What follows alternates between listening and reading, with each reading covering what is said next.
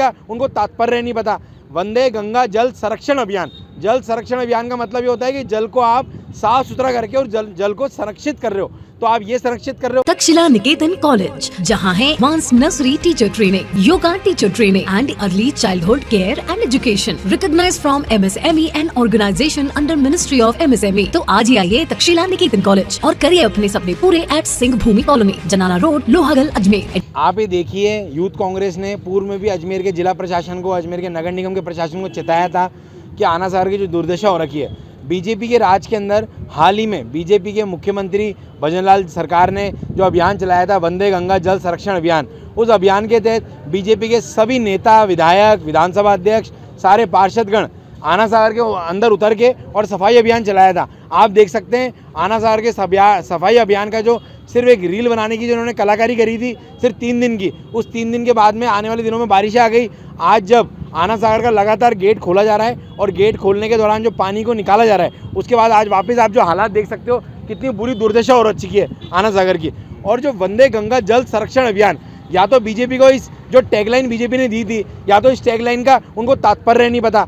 वंदे गंगा जल संरक्षण अभियान, जल संरक्षण अभियान का मतलब ये होता है कि जल को आप साफ सुथरा करके और जल को संरक्षित कर रहे हो, तो आप ये संरक्षित कर रहे हो और ये सफाई कर रही है अपने आना सागर के अंदर। एक तरफ तो जल को संरक्षित करने का अभियान चला है, दूसरी तरफ लगातार अजमेर के अंदर प्रशासन ना कोई सूचना ना कुछ, और लगातार जो गेट खोले जा रहे हैं और गेट खोलने के कारण जो बार बार जो इनकी सच्चाई है, जो आना सागर की जो सफाई नहीं हुई है उसकी सच्चाई बार बार सामने आ रही है। और सबसे पहले यूथ कांग्रेस अजमेर के प्रशासन से एक सवाल और पूछना चाहता है कि आना सागर के अंदर जो गंदगी हो रखी है, इस गंदगी को सफाई क्यों नहीं की जा रही है, इसकी खुदाई क्यों नहीं की जा रही है। जब ये मिट्टी कचरा सब एक साथ बहुत गंदा हो रखा है तो यहाँ पे JCB लगा के, यहाँ पे बड़ी बड़ी मशीनरी लगा के इसकी सफाई कराई जाए और साथ ही कम से कम 3 से 4 फीट इसकी खुदाई कराई जाए, जिससे कि जब आप आना सागर के अंदर जब गेट खोल रहे हो तो गेट खोलने के बावजूद भी ये गंदगी तो यहाँ पे नहीं दिखे, यहाँ पे इतना बुरा सारा बदबू का माहौल हो रखा है।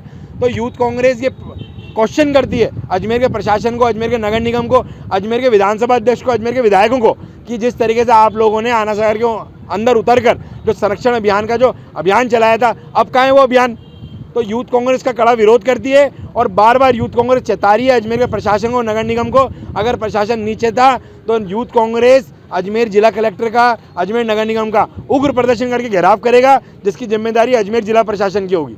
बार बार प्रशासन ना तो कोई सूचना और किसके आदेशों पे बार बार ये गेट खोले जाते हैं, जब आना सागर पूरा भर ही नहीं रहा और आना सागर की जो भराव क्षमता है यहाँ वैशाली के अंदर, उससे सिर्फ मुश्किल से मुश्किल कोई 6 या 7 फीट की गहराई के बाद में ही पूरा कचरा आ जाता है, पूरी ज़मीन आ जाती है। तो बार बार गेट खोल के बार बार ये कचरा ऊपर आ जाता है, तो बार बार गेट क्यों खोले जा रहे हैं।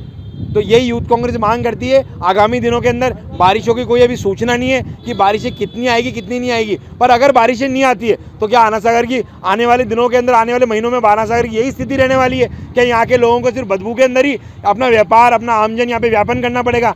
उसी के लिए यूथ कांग्रेस प्रश्न करती है अजमेर जिला प्रशासन से। हम ग्रामीण क्षेत्र से आते हैं, मैं व्यापारी हूँ और यह स्थिति ऐसी है कि यहाँ चारों तरफ यहाँ हम आते हैं तो एकदम बीमारी का नरक खाना बना दिया है। कोई भी ध्यान नहीं दे रहा, प्रशासन पूरा बिल्कुल कोई ध्यान नहीं दे रहा। आज कम से कम 1 महीना हो गया, यहाँ स्थिति बहुत दयनीय है। और हम आते हैं यहाँ मरीज लेके आते हैं, यहाँ पर बैठते हैं तो यहाँ बैठ नहीं सकते हैं। और सभी बहन बेटियों की, हमारी सबकी इतनी हालत ख़राब है। बाहर से लड़कियाँ जो पढ़ने आते हैं उनकी भी दुर्दशा इतनी ख़राब हो रही है।